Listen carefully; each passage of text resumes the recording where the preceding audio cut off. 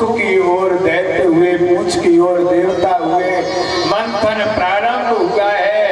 आप जानते हैं कि समुद्र में पर्वत के नीचे कोई आधार नहीं है।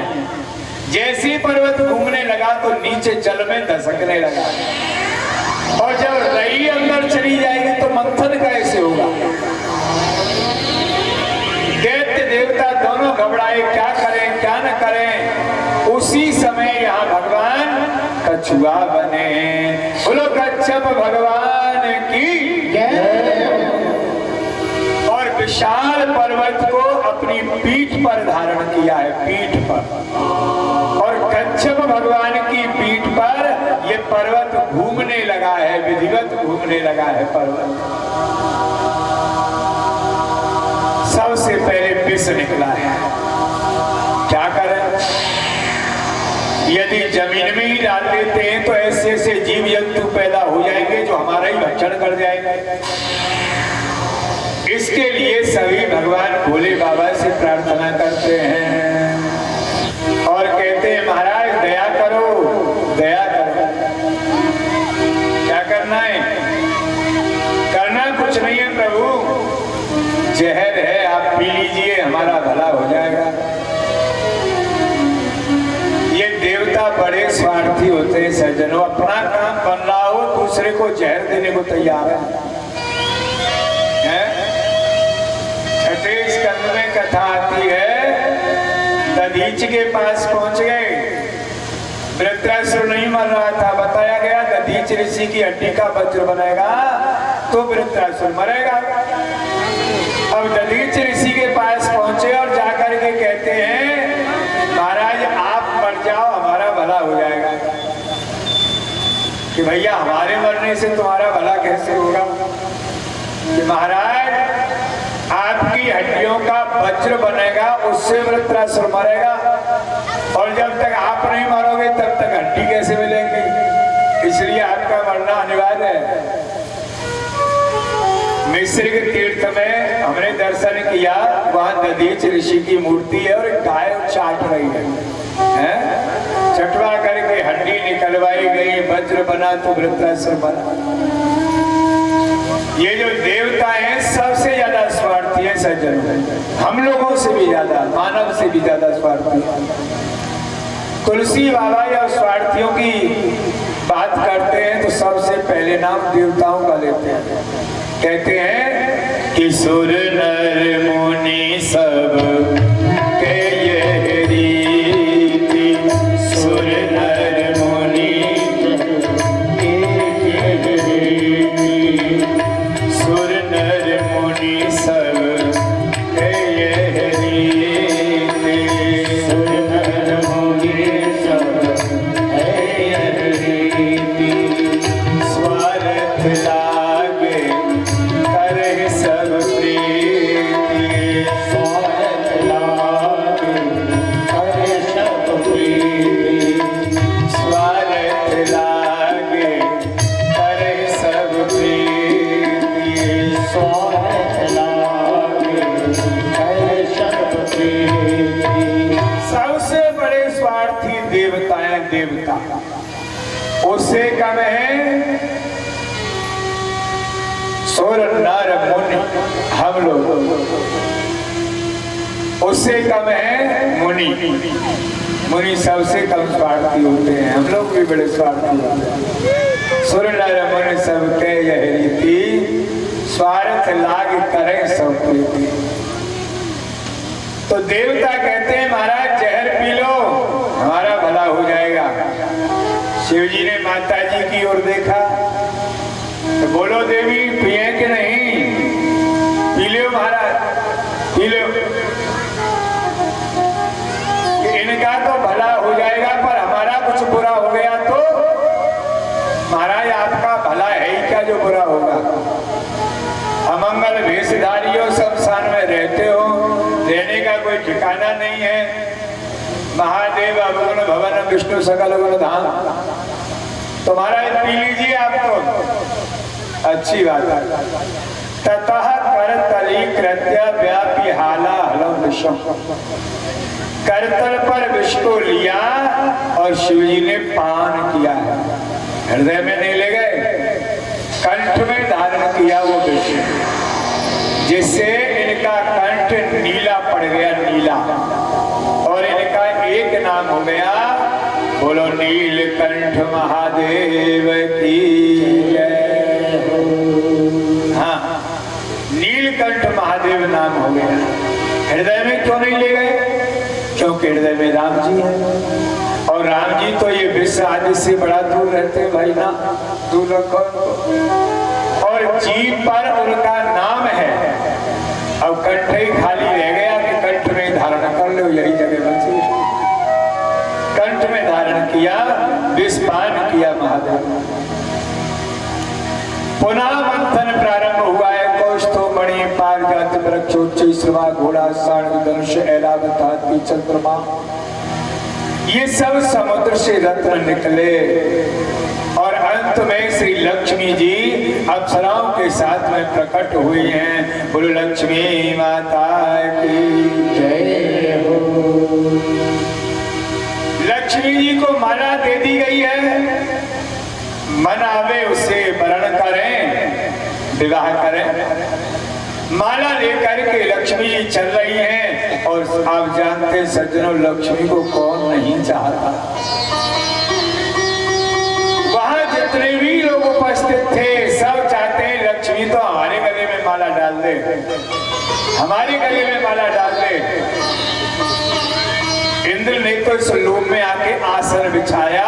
हम देवताओं के राजा हैं, थोड़ा आगे रहेंगे तो सोचेंगे कि इन्हीं को माला पहना दे, देवताओं का राजा है।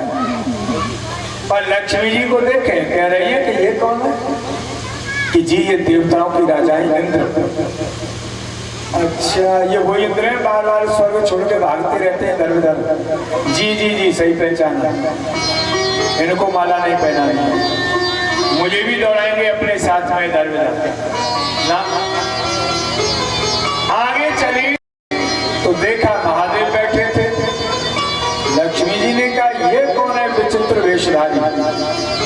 जी सब तो देव हैं, पर ये महाराज महादेव हैं। कि ये कहाँ रहते हैं? कि जहां कोई नहीं रहता वहां रहते हैं, शमशान में रहते हैं, शमशान में। अच्छा, इनका कोई अपना घर मकान नहीं है? कि नहीं, कुछ भी नहीं है, कभी बनवाया नहीं। एक कथा आती है,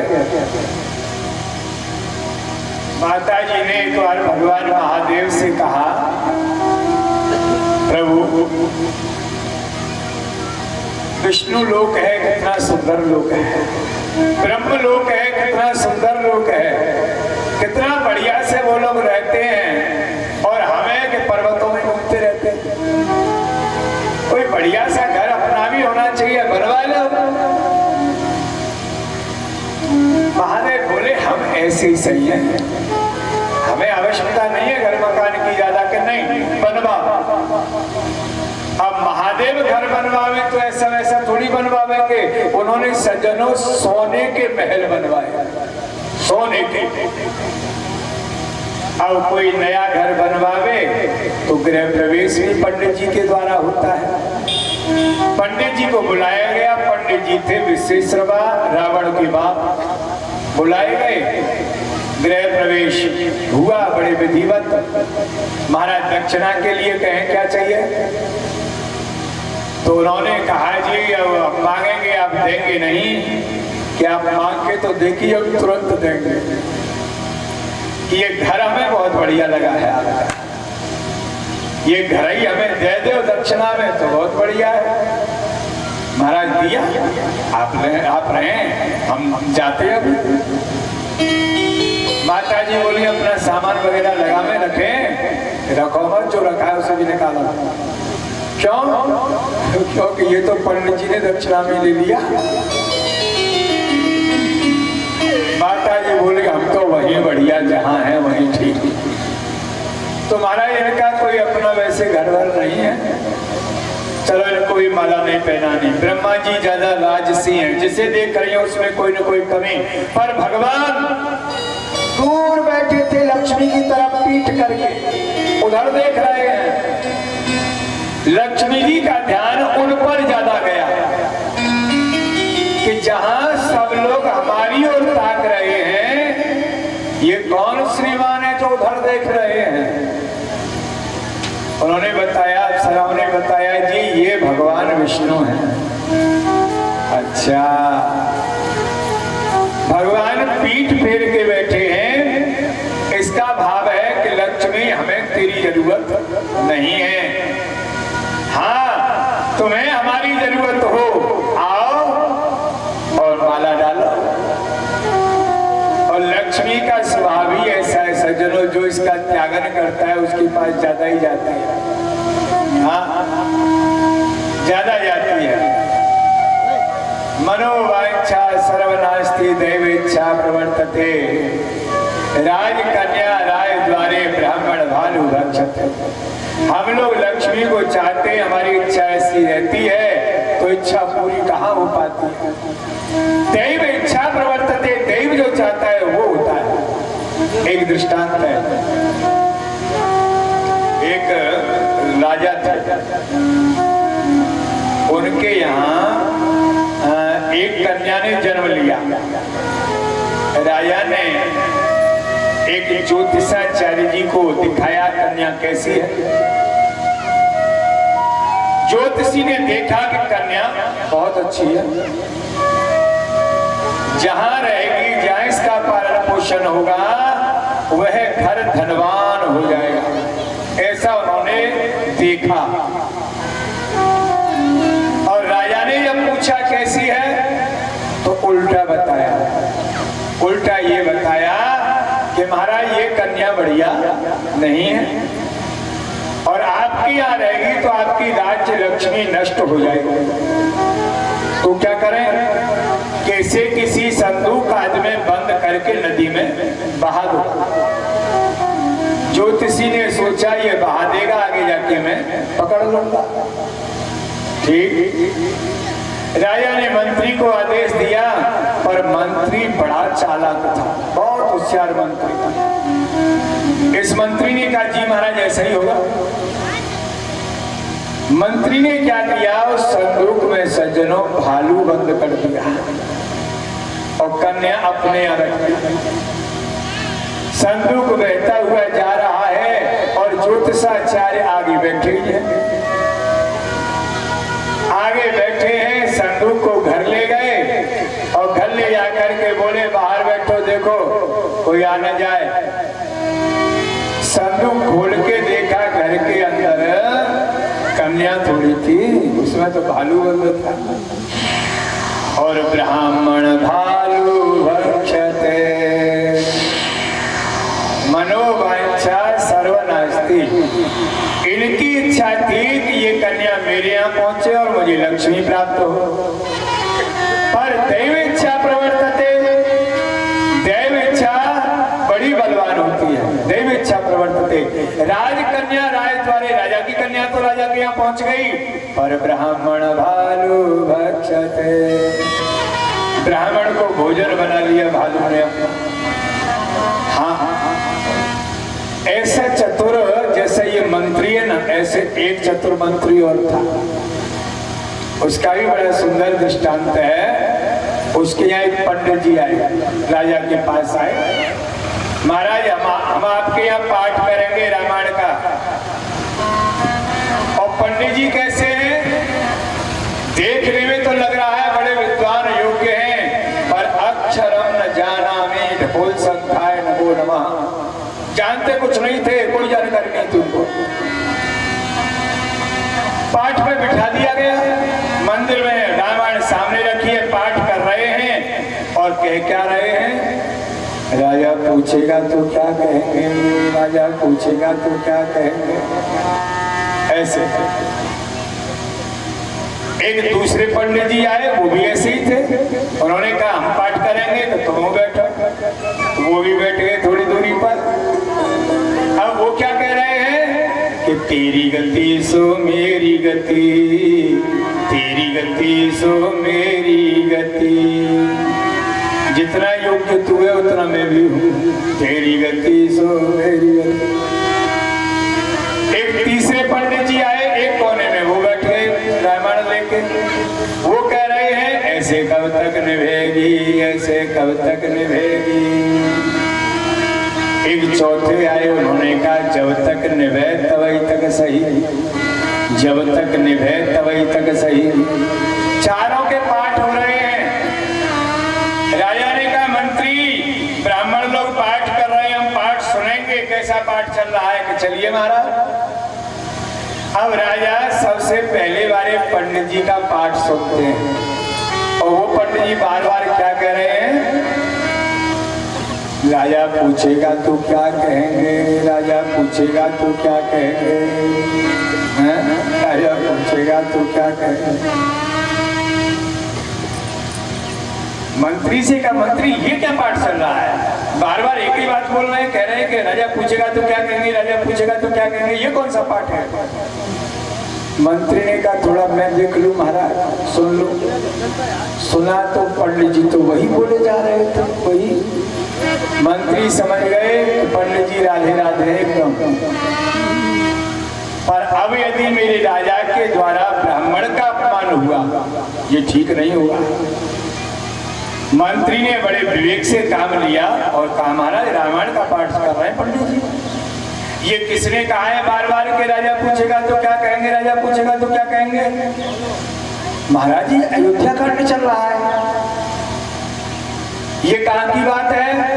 महाराज जिस समय भगवान का वनवास हुआ उस समय चलते समय महाराज दशरथ कहते हैं मंत्री सुमंत से 4-6 दिन घुमा करके मेरे राम लखन जानकी को लौटा के ले आना, नहीं लाए तो प्राण नहीं रहेंगे।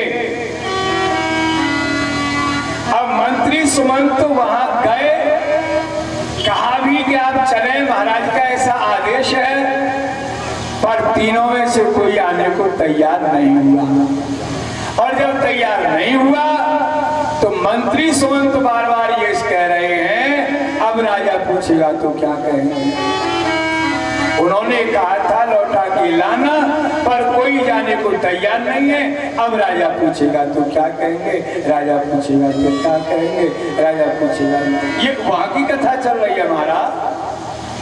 वाह वाह, बहुत सुंदर, बहुत सुंदर। चलो दूसरे पंडित जी को सुनते हैं। दूसरे पंडित जी के पास गए तो वो एक ही रट लगाए थे, तेरी गति सो मेरी गति, तेरी गति सो मेरी गति। ये कहाँ की बात है? ये किसने किससे कहा तेरी गति सो मेरी गति? मंत्री ने कहा सब पंडित जी ऐसे ही हैं क्या, पर बचाना तो पड़ेगा। उन्होंने कहा महाराज यह तो किष्किंधा कांड चल रहा है। ये बात किसने कही है? भगवान श्री राम और सुग्रीव जी की मित्रता के समय की चर्चा है और श्रीमुख से भगवान ने कहा। भगवान सुग्रीव से कहते हैं, इसलिए कहते हैं कि सुग्रीव की पत्नी रूमा को रख लिया बाली ने और राम जी की पत्नी जानकी जी को ले गए रावण। अब राम जी कह रहे हैं तेरी गति सो मेरी गति, तेरी गति सो मेरी गति। माँ की कथा चल रही है महाराज। अच्छा अच्छा ठीक।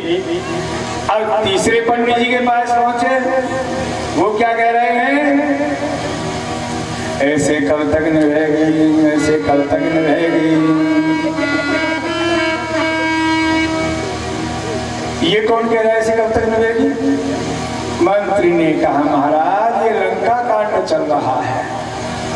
मंदोदरी जी महाराज रावण से कह रही हैं आप जानकी जी का हरण करके लाए हो, छोड़ेंगे नहीं, ऐसे कब तक निभेगी?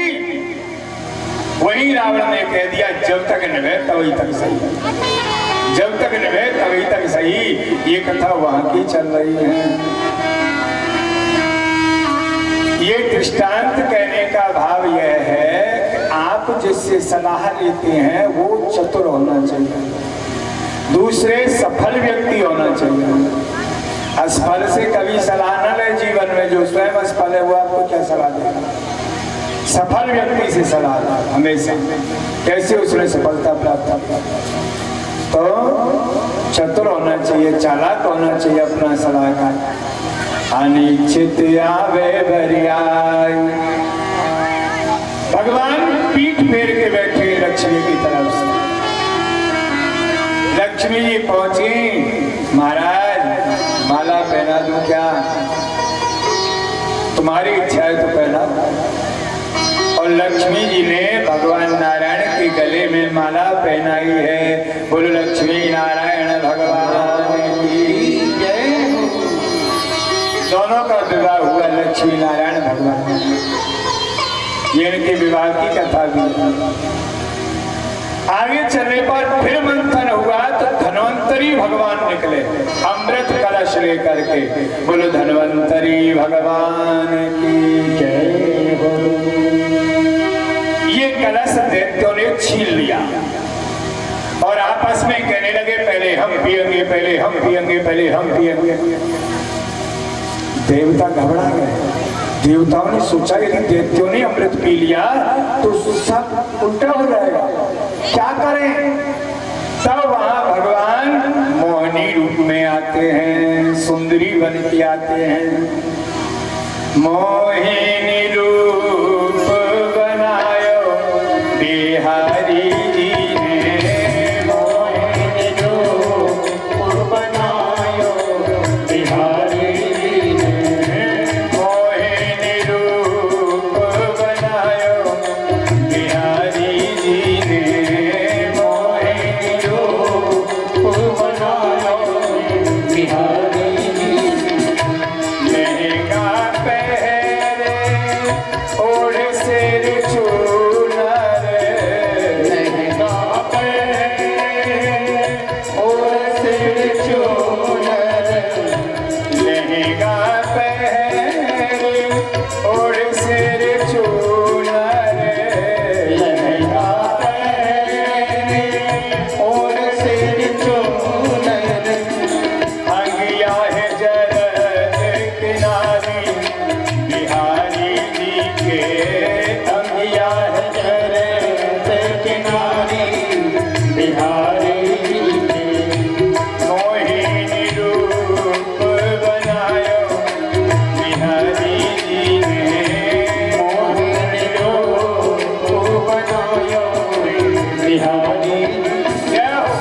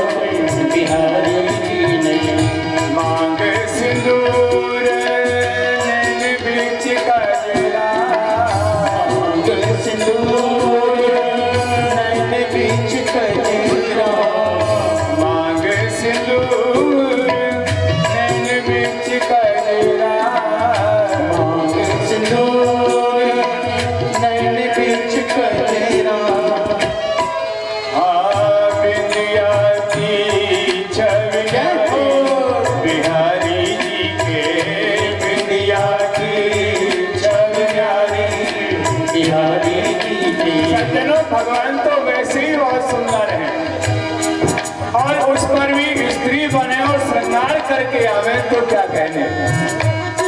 इसी बात को लेकर के कोई ब्रज भक्त लिखते हैं, कहते हैं सुकुमारता देख कुमारी लगे छल छंद छके चित चोरन के। कुमारता देख कुमारी लगे छल छंद छके चित चोर। यमुना तट गोपिन रोकत हो अटके कर भो मरोड़न के। यमुना तट गोपिन रोकत हो अटके कर भो मरोड़न के। गोपाल करो मनिहारी बनो करो भेष धरो तुम जोगन के। नंदलाल करो मनिहार बनो करो भेष धरो तुम जोगन के। नंदलाल लला तुम होते लली तो गले कट जाते करोड़न के। नंदलाल लला तुम होते लले तो गले कट जाते करोड़न के। नंदलाल लला तुम होते लली तो गले कट जाते करोड़न के। नंदलाल लला तुम होते लले तो गले कट जाते करोड़न के। मोहिनी रूप बनायो बिहारी जी ने। मोहिनी रूप बनायो बिहारी जी ने।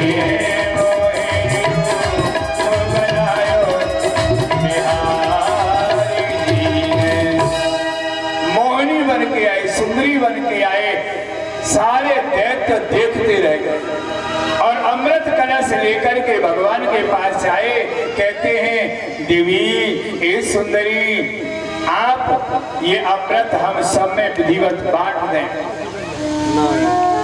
भगवान बड़े चालाक हैं, बोले तुम सब लोग मूर्ख ही हो क्या? क्यों? अरे अमृत जैसी अमूल्य वस्तु किसी अपरिचित स्त्री के हाथ में दे रहे हो, थोड़ा तो विचार करना चाहिए कि नहीं? मैं इसे लेकर के कहीं चली जाऊं, कहीं समुद्र में फेंक दूं, कुछ भी करूं तो क्या होगा? अब तो इन्हें और विश्वास हो गया। कैसे भी हो जी, आपको ही विभाजन करना पड़ेगा, बांटना पड़ेगा। लीजिए कलश। कलश लेते देर भी लगाई नहीं, भगवान ने तुरंत कलश हाथ में ले लिया। सुनो, मैं जैसे बांटूंगी वैसे स्वीकार करोगे? जी, आप जैसे बांटेंगे वैसे स्वीकार करेंगे, आप तो बस बांटिए। ठीक है, तो पंक्ति लगा के बैठ जाओ। एक पंक्ति में दैत्य, दूसरी में देवता बैठेंगे, बैठो। दो पंक्ति लग जाए। भगवान अमृत कलश लेकर के दैत्यों की ओर गए। देवताओं ने सोचा ये क्या कर रहा है, दैत्यों की ओर गए और सबसे पहले जाकर के थोड़ा सा अमृत पृथ्वी पे डाल दिया। ये संकेत दिया दैत्यों को कि भाई ऊपर पतला पतला है, नीचे बचेगा गाढ़ा गाढ़ा, तो हम तुम्हें बाद में पिलावेंगे, पहले देवताओं को पिला देंगे। ये संकेत दे करके भगवान देवताओं को अमृत पिलाने लगे। सूरज चंदा के बीच में एक दैत्य बैठा, देवता बन के बैठा था। भगवान अंतर्यामी है, इनसे कुछ भी छुपा नहीं है, फिर भी उसे अमृत दिया। क्यों दिया? क्योंकि वो उसी पंक्ति में बैठा हुआ था। पंक्ति भेद कभी नहीं करना चाहिए। एक पंक्ति में जितने भी लोग हैं और आप कोई चीज दे रहे हैं, बांट रहे हैं, तो बराबर बराबर दो। ये नहीं कि अपने को ज्यादा दूसरे को कम है। बांटते समय हाथ देखो, मुंह मत देखो। हाथ देखो कि छोटा है कि बड़ा, बड़ा है तो थोड़ा ज्यादा दो, छोटा हाथ है तो कम दो कि गिर न जाए। मुंह नहीं देखना है, मुंह देख के नहीं बंटवारा करना है, हाथ देख के बंटवारा करना है। भगवान जानते हैं, फिर भी उसे अमृत दिया, क्योंकि पंक्ति भेद का दोष भगवान क्यों है अपने ऊपर। सूरज चंदा ने कहा प्रभु आपने क्या किया, ये तो दैत्य से आपने अमृत दे दिया। बताने पर भगवान ने देर नहीं लगाई, तत्काल चक्र लेकर के उसका सिर अलग कर दिया। मरेगा नहीं, क्योंकि वो अमृत पी चुका है। पहले था एक, अब हो गया दो। राहु केतु रूप में वो परिणत हो गया, राहु केतु रूप, जो आज भी ग्रहण रूप में सूरज चंद्रमा को कष्ट देता है, ग्रहण रूप।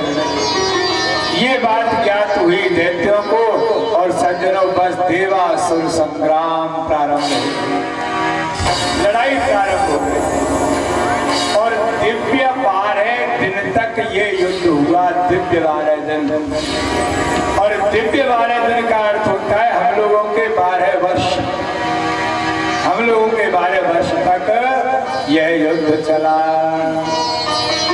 इस युद्ध में इंद्र ने राजा बलि को मूर्छित कर दिया, उनका सारथी ले गया गुरु शुक्राचार्य के पास।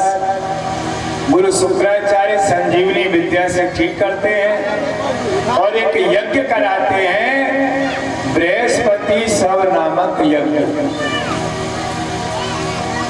यज्ञ हुआ विश्वजित नामक यज्ञ, बृहस्पति सब नहीं, विश्वजित नामक यज्ञ। इस यज्ञ को करने पर अब राजा बलि को कोई जीत नहीं सकता है, ऐसा यज्ञ हुआ।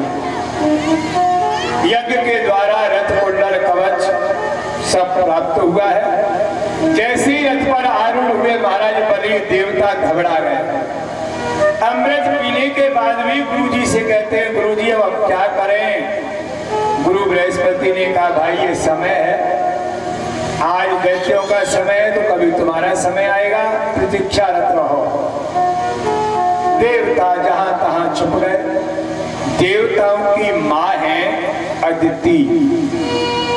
अदिति पति कश्यप जी से प्रार्थना करती हैं और कहती हैं, मेरे पुत्रों का राज्य उन्हें वापस दिला दे, ऐसा बेटा मेरे यहाँ हो। कोई व्रत बताए?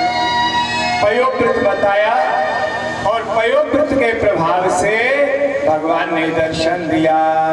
तस्या प्रादुर्भूता भगवान आदि पुरुष पीतवासा चतुर्बाहु शंख चक्र गदाधर। शंख चक्र गदा पद्म लेकर के भगवान प्रकट हुए और माँ से कहते हैं, माँ चिंता न करें, हम अभी आपके सामने वामन अवतार लेकर के आते हैं और आपके पुत्रों का राज्य उन्हें वापस दिलाएंगे। उस समय भगवान वामन अवतार लेकर के आए। बोलो वामन भगवान की। वामन भगवान के लिए छाता कमंडल सबने अलग अलग दिया। खड़ाऊ कुपिन मणि लकुटी के लिए वस्त्र दिया और भिक्षा भागवती माता दुमादा अंबिका सती माता अंबिका जी ने भिक्षा डाली है। इस भिक्षा को लेकर के वामन भगवान जाते हैं गुरु बृहस्पति के पास। गुरुजी ने कहा, वामन भिक्षा कम है, ज्यादा लेकर के आओ। कि महाराज ज्यादा तो कोई देता ही नहीं है, सब इतना ही लेके निकलते हैं। नर्मदा नदी के किनारे जाओ, वहां राजा बलि यज्ञ कर रहे हैं, जो मांगोगे तुम्हें मिलेगा। और वामन भगवान भिक्षा करने चल दिए हैं।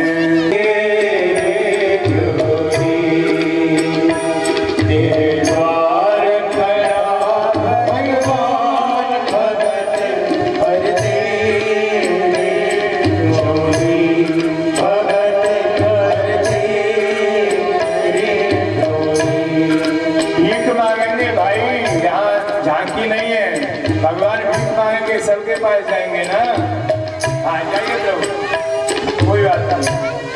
हाँ सभी भीख डाले भगवान को। झोली भगत भर दे, झोली भगत भर दे, झोली तेरा होगा बड़ा एहसान, युग युग तेरी भगत भर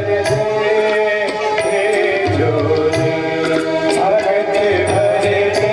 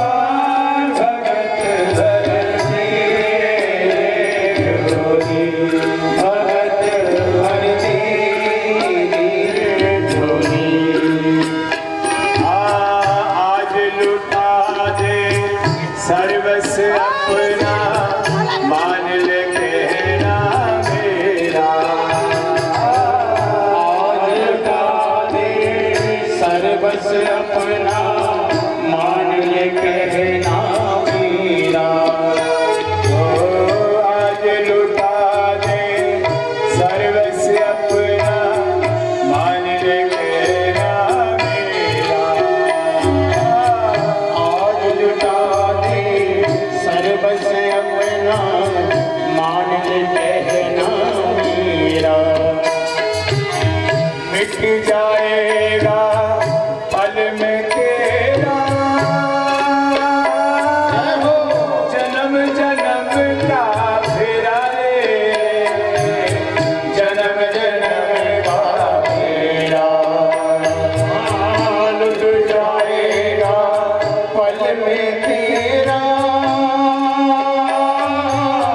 जन्म जन्म का फेरा रे जन्म जन्म का फेरा तू छोड़ जगत अभिमान तू छोड़ सकल अभिमान तू